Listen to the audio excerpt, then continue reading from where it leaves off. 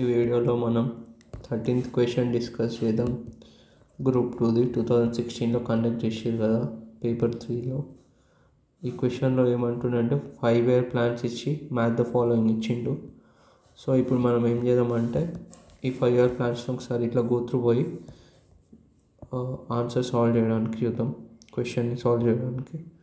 Okay, so first of all 5 year plans అంటే ఏంటంటే మనకి ఇండిపెండెన్స్ వచ్చింది కదా. ఇండిపెండెన్స్ వచ్చిన తర్వాత ఒక ప్లాన్, ఒక పద్ధతి మీద పోవాలి కదా డెవలప్మెంట్ అనేది. సో అప్పుడు ఏమైందంటే ఇండిపెండెన్స్ వచ్చిన తర్వాత కొత్తగా వచ్చిన నేషన్ కాబట్టి ఒక ప్లాన్ మీద మన ఇండియాని ముందర తీసుకుపోవాలని 5 year ప్లాన్స్ అనేవి లాంచ్ చేసారు అనమాట. దీని ఇన్స్పిరేషన్ వచ్చేసి రష్యా అనమాట. రష్యాలో ఎవరు రూలింగ్లో ఇవి ఇంట్రడ్యూస్ చేసినారంటే స్టాలిన్ అనమాట. ఓకే, ఇది కూడా గుర్తుపెట్టుకోండి, స్టాలిన్, రష్యా. అయితే మనకు ఫస్ట్ 5 year ప్లాన్ వచ్చేసి 1951 to 1956. ఇది ఏ మోడల్ బేసిస్ పైన అంటే హారడ్-డోమర్ మోడల్. దీనిలో మన మేజర్ ఫోకస్ వచ్చి అగ్రికల్చర్. ఇంకా ఈ టైంలో మనకు 3.86 గ్రోత్ రేట్ వచ్చింది. దీన్నే హిందూ రేట్ ఆఫ్ గ్రోత్ కూడా అంటారు. నెక్స్ట్ సెకండ్ 5 year ప్లాన్ వచ్చేసి 1956 to 61. దీన్నే మహాలనోబిస్. అంటే ఇది ఈ 5 year ప్లాన్ దేని బేసిస్ పైన, ఏ మోడల్ బేసిస్ పైన ఇంట్రడ్యూస్ ఆర్ లాంచ్ చేసారు అంటే మహాలనోబిస్ మోడల్ అనమాట. ఓకే, నెక్స్ట్ దీనిలో ఎక్కువ సెకండ్ 5 year ప్లాన్లో ఇండస్ట్రీస్ పైన ఫోకస్ ఎక్కువ పెట్టారు. ఎందుకంటే ఎక్స్పోర్ట్స్ అంటే ఆర్ ఇంపోర్ట్స్ మనం ఎక్కువ చేస్తున్నాం అంటే ఫారిన్ కంట్రీస్ మీద డిపెండెన్సీ తక్కువ ఉండడానికి ర్యాపిడ్ ఇండస్ట్రియలైజేషన్ అయితే సెకండ్ 5 year ప్లాన్లో చూడొచ్చు. నెక్స్ట్ మనకు థర్డ్ 5 year ప్లాన్ వచ్చి 1961 to 66 అనమాట.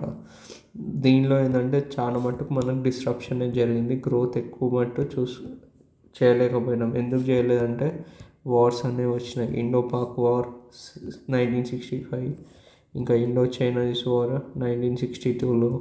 దాని తర్వాత డ్రౌట్స్, ఫెమైన్స్, అన్ని ప్రాబ్లమ్స్ ఒకటేసారి వచ్చే వరకు మనకు అంటే we can't fight it back. అందుకోసం ఇంకోటి ఏంటంటే థర్డ్ 5 year ప్లాన్ థీమ్ వచ్చేసి సెల్ఫ్ రిలయన్స్, సెల్ఫ్ సఫిషియన్సీ. మన లోపల మనం అంటే వేరే వాళ్ళపైన డిపెండెంట్ లేకుండా మనమే సాల్వ్ చేసుకోవాలన్నట్టు థర్డ్ 5 year ప్లాన్ థీమ్ అనమాట. నెక్స్ట్ ఈ వార్ బేసిస్ పైన ఆర్ వార్స్ జరిగినాయి కదా 65లో. ఇంకా దీంతో వచ్చిన ఎకనామిక్ డౌన్ టర్న్స్ని రెక్టిఫై చేయడానికి కొంచెం బ్రేక్ తీసుకోవాలని చెప్పి రోలింగ్ ప్లాన్ అనేది లాంచ్ చేసారు అనమాట. 3 years ఒక్కొక్క ఇయర్ రోలింగ్ ప్లాన్. అది ఎప్పటి నుంచి 1966 నుంచి 69. Improve, rectify mistakes.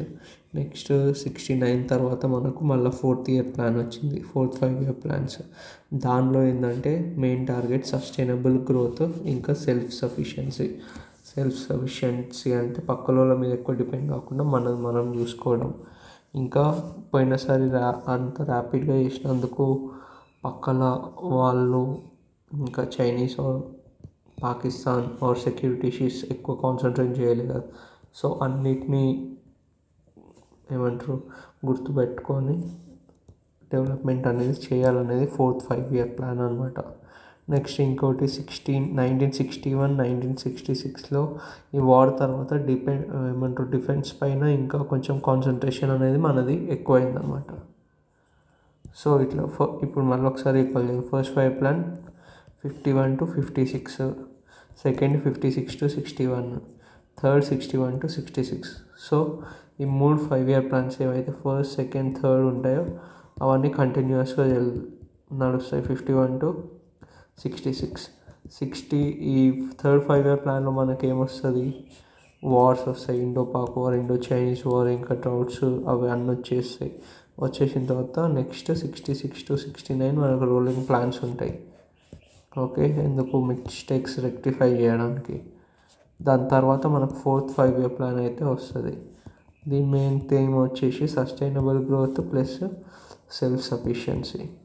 Okay, so ఇప్పుడు మనకు ఆన్సర్ ఏమొస్తుంది, రెండవ ప్రపంచ వార్త ప్రణాళిక ఎప్పుడు 56 to 61.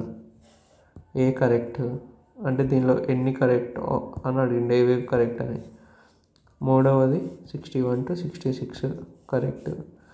మనకు 4వ ప్రపంచ వర్ష ప్రణాళిక అంటే 4th 5-year ప్లాన్స్ వచ్చేసి 1966 to 71. ఇదైతే రాంగ్. సో ఇక్కడ చూసుకుంటే సి తీసేస్తే అయిపోతుంది.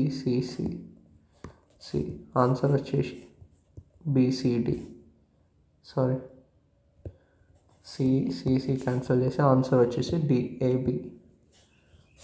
ఓకే, సో ఇట్లా ప్రతి క్వశ్చన్ని కొంచెం డీటెయిల్గా మనకు అర్థమయ్యేటట్టు అనాలిసిస్ చేసుకుంటూ పోతే మనకు ఫ్యూచర్లో కూడా ఈజీ అయిపోతుంది.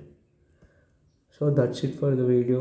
ఇంకా మీకు మిగతా క్వశ్చన్స్ చూడాలంటే ప్లేలిస్ట్లో ఉంటుంది, చూడండి. బాయ్.